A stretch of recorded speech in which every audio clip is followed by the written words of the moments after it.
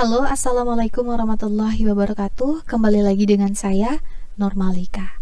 Kali ini kita akan belajar mengenai uji asumsi linearitas. Apa itu uji asumsi linearitas?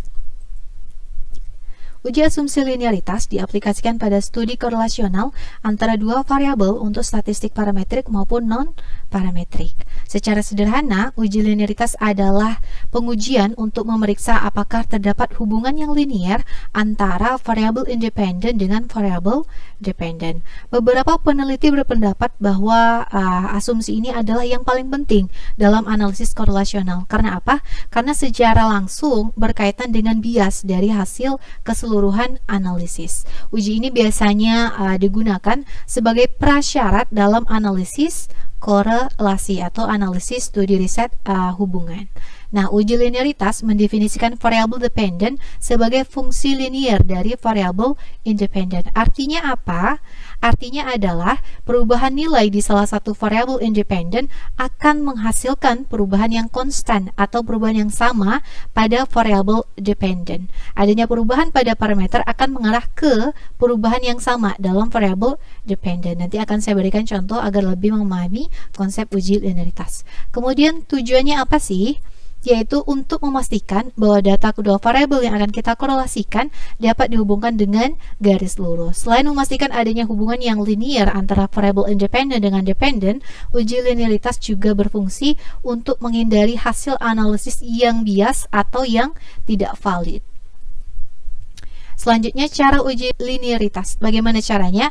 Yaitu untuk melakukan uji linearitas terdapat dua cara yang dapat kita pakai. Yang pertama melalui penilaian secara visual melalui scatter plot, dan cara yang kedua adalah melakukan uji linearitas secara kuantitatif, yakni menggunakan statistical test yang bernama lack of fit test. Nah, saya akan menjelaskan cara yang paling sering digunakan ya teman-teman ya, yaitu dengan scatter plot.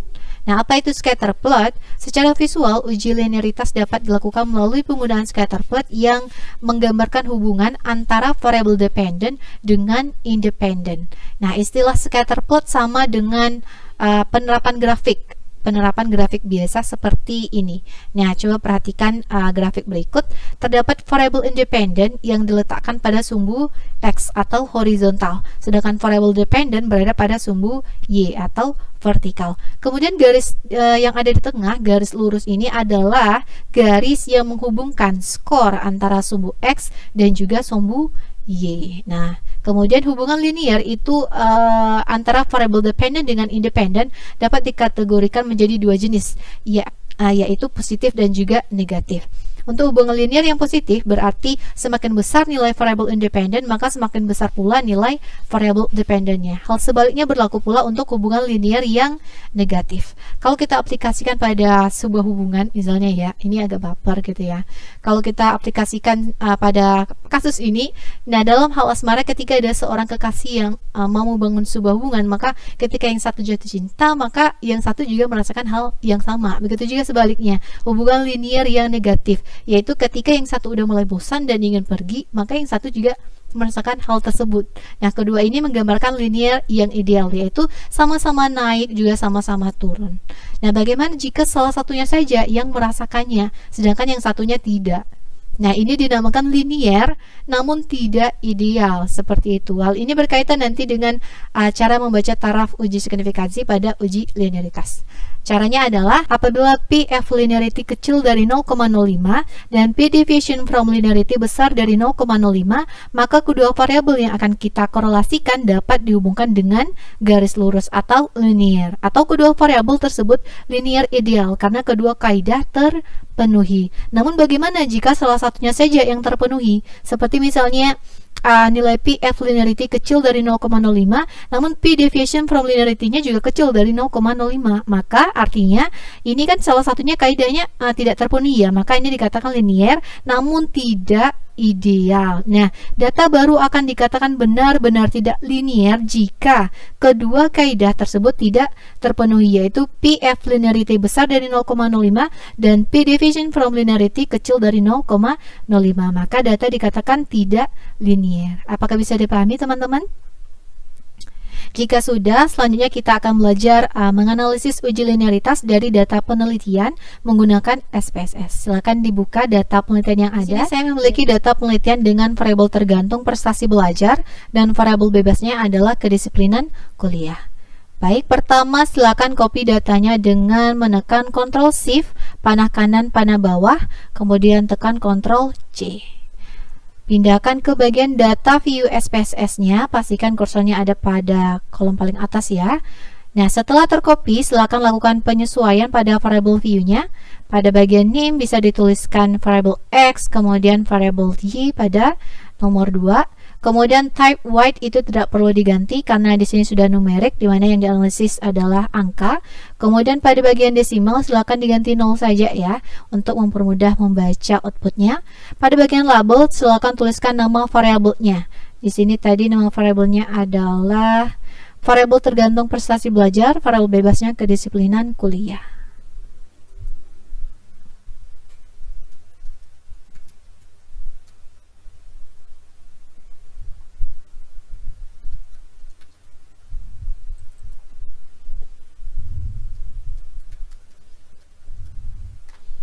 Oke, selanjutnya pada bagian value ini adalah bagian coding ya, karena data yang kita analisis semuanya sudah berbentuk angka, jadi tidak perlu melakukan coding. Selanjutnya kita bisa melakukan langkah analisis untuk uji linearitasnya. Langkahnya adalah analyze, kemudian compare means, kemudian klik means. Silakan pindahkan variabel tergantung ke kotak dependent list dan variabel bebas ke kotak independent list. Klik option, centang test for linearity, continue. Oke, di sini outputnya sudah keluar. Yang perlu diperhatikan ada pada tabel ANOVA table.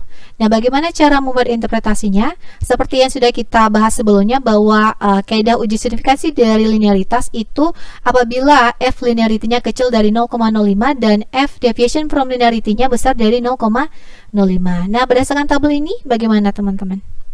Saya contohkan ya, berdasarkan hasil uji linearitas pada ANOVA table diperoleh F linearity prestasi belajar dan kedisiplinan kuliah sebesar 404.923 dengan taraf signifikansi 0,000.